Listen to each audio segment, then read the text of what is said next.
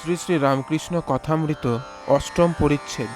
সমাধি মন্দিরে 1886 15ই মার্চ। পরদিন সকালবেলা, আজ সোমবার 3রা চৈত্র 15ই মার্চ 1886, বেলা 7টা-8টা হইবে। ঠাকুর একটু সামলাইয়াছেন ও ভক্তদের সহিত আস্তে আস্তে কখনো ইশারা করিয়া কথা বলিতেছেন। কাছে নরেন্দ্র, রাখাল, মাস্টার লাটু, সিঁথির গোপাল প্রভৃতি।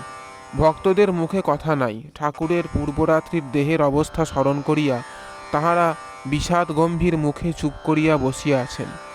শ্রীরামকৃষ্ণ মাস্টারের দিকে তাকাইয়া ভক্তদের প্রতি, কি দেখছি যেন? তিনি সব হয়েছেন। মানুষ আর যা জীব দেখছি যেন চামড়ার সব তৈরি। তার ভিতর থেকে তিনিই হাত পা মাথা নাড়ছেন। যেমন একবার দেখেছিলাম মোমের বাড়ি, বাগান, রাস্তা, মানুষ, গরু সব মোমের, সব এক জিনিসে তৈরি। দেখছি সেই কামার, সেই বলি, সেই হাঁড়িকাঠ হয়েছে।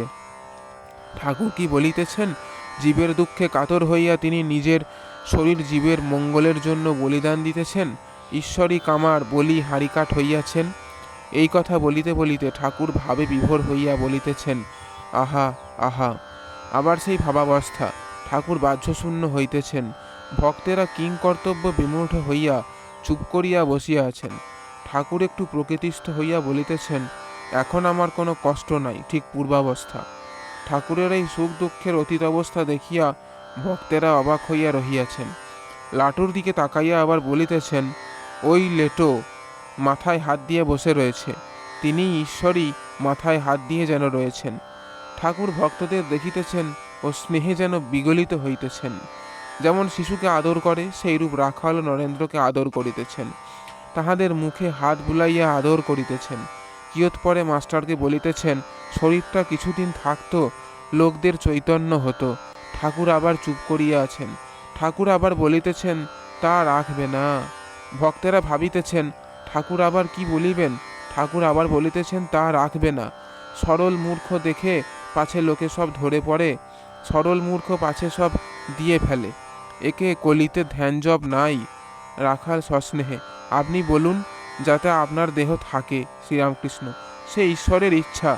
নরেন্দ্র, আপনার ইচ্ছা আর ঈশ্বরের ইচ্ছা এক হয়ে গেছে। ঠাকুর একটু চুপ করিয়া আছেন, যেন কি ভাবিতেছেন। শ্রীরামকৃষ্ণ, নরেন্দ্র, রাখালাদি ভক্তের প্রতি, আর বললে কই হয়, এখন দেখছি এক হয়ে গেছে। ননদিনীর ভয়ে কৃষ্ণকে শ্রীমতী বললেন, তুমি হৃদয়ের ভিতর থাকো। যখন আবার ব্যাকুল হয়ে কৃষ্ণকে দর্শন করিতে চাইলেন, এমনই ব্যাকুলতা যেমন বেড়াল আঁচড় পাঁচড় করে, তখন কিন্তু আর বেরোয় না। রাখাল ভক্তদের প্রতি মৃদুস্বরে, গৌর অবতারের কথা বলছেন। জয় ঠাকুরমা স্বামীজি।